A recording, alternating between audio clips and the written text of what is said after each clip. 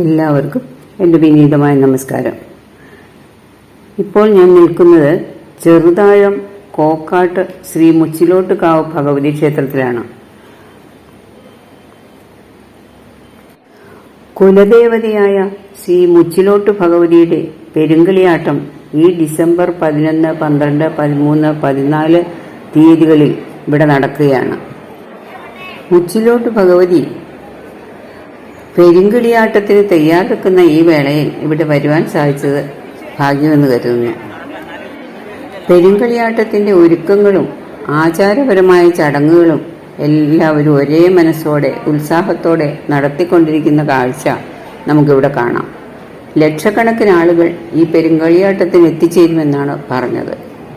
15 വർഷം കൂടിയിട്ടാണ് ഈ പെരുങ്കളിയാട്ടം ഇവിടെ നടത്തുന്നത്. കളിയാട്ട ചടങ്ങുകൾ ധാരാളമുണ്ട്.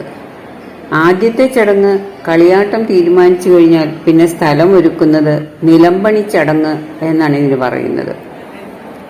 പിന്നെ നാട്ടെഴുന്നള്ളത്ത്, അങ്ങനെ കുറേ ചടങ്ങുകൾ ഇതിനോടനുബന്ധിച്ച് മാസങ്ങളോളം മുന്നേ ഇവർ തുടങ്ങുവയ്ക്കുന്നു. പിന്നെയുള്ള ചടങ്ങാണ് വരച്ചു വയ്ക്കൽ. ഈ ചടങ്ങിലൂടെയാണ് കളിയാട്ടത്തിന് ഭഗവതിയുടെ കോലധാരിയെ തിരഞ്ഞെടുക്കുന്നത്. അത് പ്രശ്നം വെച്ച് ദേവിയുടെ ഹിതം നോക്കിയാണ് ഈ ചടങ്ങ് നടത്തുന്നത്. ജനസഹസ്രങ്ങൾ ഈ ചടങ്ങിനായി വരുന്നതും അന്നദാനത്തിൽ പങ്കെടുക്കുന്നതും കണ്ടു. എല്ലാവരും കളിയാട്ട ദിവസം കാത്തിരിക്കുന്നു.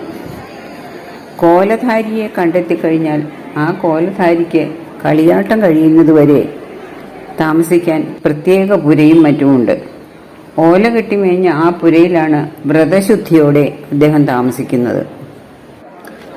വടക്കൻ കേരളത്തിന്റെ സംസ്കൃതി വിളിച്ചോതുന്നതും ആചാരപരമായതും ആത്മീയപരമായതുമായ സ്വത്വത്തെ നിലനിർത്തുന്നതുമായ തെയ്യാട്ടക്കാവുകൾ, ഈ ദേവസ്ഥാനങ്ങൾ വാദ്യഘോഷങ്ങളുടെയും നൃത്തച്ചുവടുകളുടെയും ചിലമ്പൊച്ചകളുടെയും അരവണി കിലുക്കത്തിന്റെയും ശബ്ദഘോഷങ്ങളാൽ മുഖരിതമാണ്. ദൈവങ്ങൾ തന്നെയാണ് വാമൊഴിയിലൂടെ തെയ്യങ്ങൾ എന്ന് പറയപ്പെടുന്നത്.